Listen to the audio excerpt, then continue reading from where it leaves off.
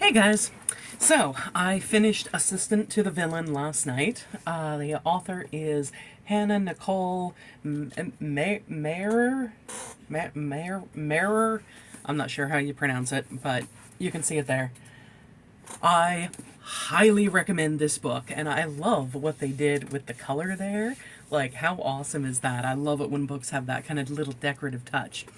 Anyway, I I am going to go into spoilers in this video. So just so you know, if you want to read it yourself, then you know what, I will do a general overview and I will tell you when I'm going to get into spoiler heavy things so that you can stop the video then if you don't want to continue and you do want to read this yourself. So, general overview of this. Like I said in a previous video when I was still in the process of reading it, we have our main character named Evie, who lives in this village, and she has she's looking for a job basically, and she has just given away an employment opportunity to someone who was very much more in need of employment than she felt she was. So she goes wandering in these woods that people usually don't frequent because that's where the villain is normally seen, and he's just referred to as the villain in this village. So she's wandering, she pauses by a stream, she's looking at the clear blue water, splashes her face a bit, gets lost in thought, and then looks back down at this red stream in front of her. Hang on, red? Looks a bit upstream, finds someone who has been attacked and is bleeding and all of that, and she helps him. And she realizes, oh my god, this is the villain, I'm helping him escape the king's guards. So, at the end of that chapter, he actually offers her a job. Because somehow she ends up, it's a very witty and sarcastically humored and, you know, that kind of dry sarcastic humor kind of book. Like I said, within the first 50 pages is a line from her saying, my profound stupidity deserves to be acknowledged, damn it. And I just love that line. But yeah, so she gets a job and she has become his personal assistant. So book goes on, and within the first couple of chapters we find out that someone is foiling the different things that the villain is trying to do to not only upset but to cause problems for the king in this kingdom, of which, you know, Evie's village is part of. So we spend the book trying to figure out who is the rat, basically. And the villain thinks that it is someone in his castle, and, you know, Evie is trying to help him figure this out as well. She is one of the few who he trusts in his employ, and there's magical creatures involved that the villain is able to basically ultimately rescue from the king. And it's just a really, really good book.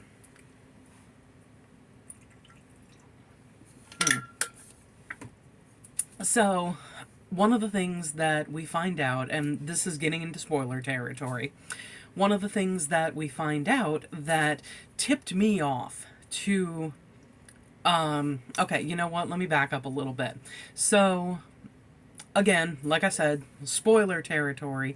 So if you, and this leads into the big spoiler of the book of who is behind these different things that are causing the villain so much trouble and, you know, tipping off the king's men to be able to foil the villain's plans and stuff like that. So if you want to stop here, read the book, and then come back and watch this video.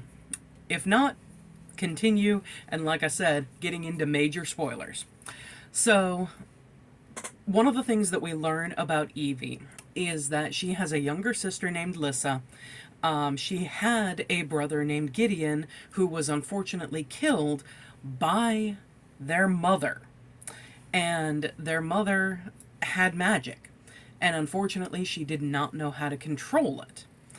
And it came out in an explosive way one day when Evie was younger and Lissa was basically just born. And Evie, realized her brother was killed in the blast, and she was lying there, more or less like covering her head and stuff like that. And she senses more than sees her mother set her younger sister down next to Evie. And then when Evie finally looks up, her mother is gone. So it is now just their father, Lissa, and Evie is the only one who is able to work in the house because Lissa is still too young. She's in school.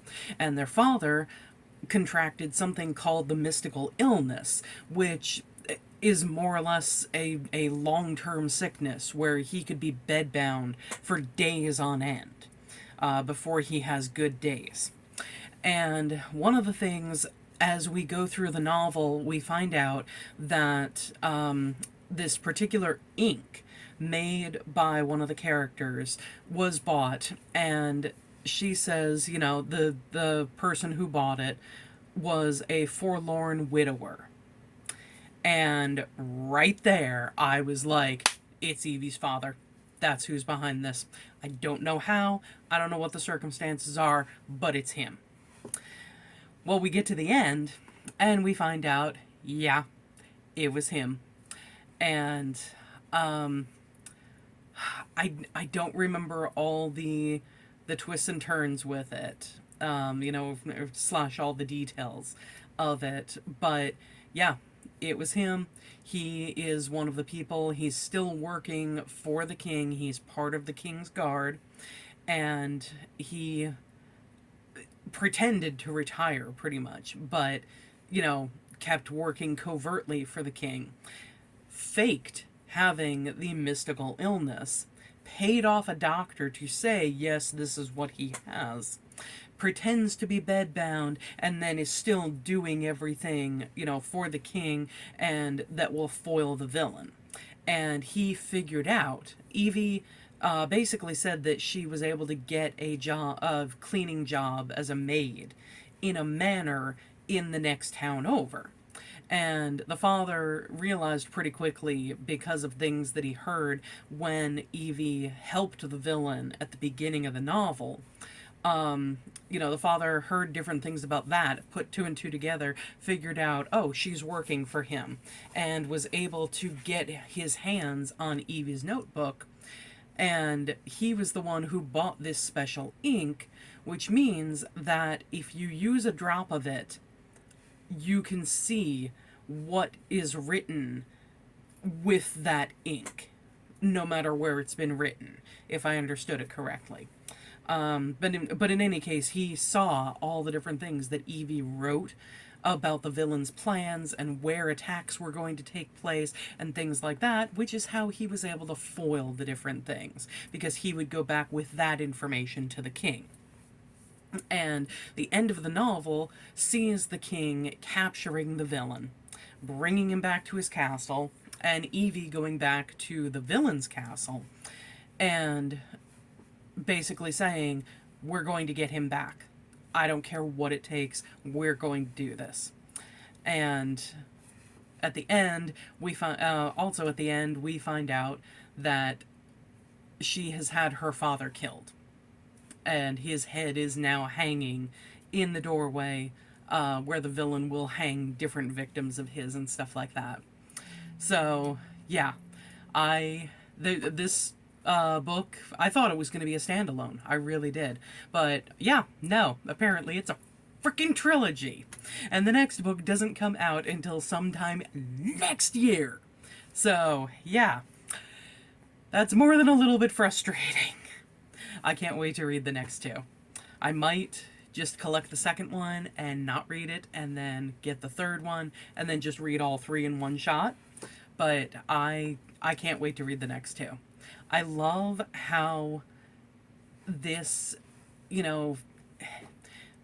so I know not everybody's going to relate to this. It could be something specific to my generation, but when I was growing up, it was good and evil. You know, the bad guys were bad guys, the good guys were good guys.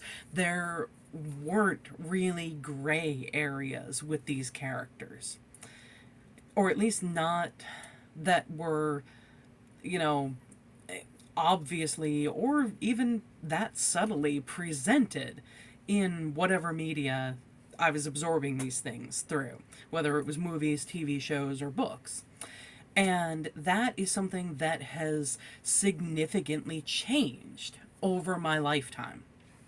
I mean, I remember, like, I'm sure that this wasn't the first one, but I remember thinking when Wicked by Gregory Maguire came out that that was kind of a turning point of taking someone who had been this evil character. I mean, she's literally named the Wicked Witch of the West, and telling her story and showing that, hey, for someone who is called the Wicked Witch, it's not all black and white. She's not necessarily just this evil character. You know, there can be layers, there can be nuance. And I love that this book is yet another one following in that kind of tradition of, okay, we call him the villain, but is he actually evil? Is he actually a villain? Because we find out the villains and the kings, or at least some of their history together. And basically, the king took the villain under his wing to entrap him, because the villain has magic. And sorry if you're seeing the headlights out there. I have my door open because it is insanely warm today for October, and that sucks, and it drives me nuts. I want it to be cold. But anyway, like I was saying, the king took the villain under his wing, not because he thought he would be able to teach him, but because he knew that the villain had destructive magic. And he knew, or he believed, that when the villain's magic was awoken within him, that it would do nothing but cause destruction and mayhem and wreak havoc. So he basically had the villain locked up. And when the villain did have his magic awoken within him, and he was able to escape, killing a bunch of the king's guards who had basically come down to beat him and attack him and, you know, just torture him, because it was 30 odd guards against one person locked in a cell. He escaped, and that's when he decided, today I become the villain. And I love the layers. I love the nuance. I love how, yes, the villain has killed people, but look at who he's killed and what they've done. And, you know, those kind of stories, those are the ones that stick with me, you know, because that make me think. And I love when books do that. So, like I said, I can't wait for the other two. If you've read this one, I know it is still fairly new. I think it definitely came out within the last 6 months or so. Roundabouts of that. But anyway, if you've read it, let me know what you think of it. I would love to know what you think in the comments. And I will see you next time, guys. Thanks for watching. Bye.